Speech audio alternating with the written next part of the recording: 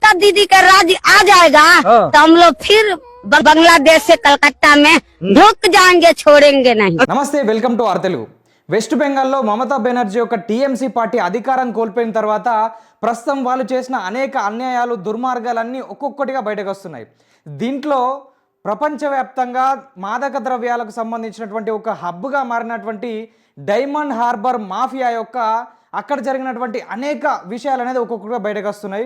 So అన్ని విషయాలు అనేది క్లియర్ కట్గా ఈ వీడియోలో తెలుసుకుందాం. సో వీడియోలోకి వెళ్ళే ముందు ఒక్క లైక్ కొట్టండి. ముందుగా డైమండ్ హార్బర్ మాఫియా ఈ స్థాయిలో అభివృద్ధి చెందడానికి కావచ్చు, లేదంటే వెస్ట్ బెంగాల్ చుట్టుపక్కల ఉన్నటువంటి ప్రాంతాల్లో క్రైమ్ రేటు పెరగడానికి, ఈ స్థాయిలో రోహింగ్యాలు కావచ్చు, ఇల్లీగల్ మైగ్రెంట్ మన భారతదేశంలోకి రావడానికి గల ముఖ్య కారణం ఏందో అక్కడి నుంచి వీడియో అనేది స్టార్ట్ చేద్దాం.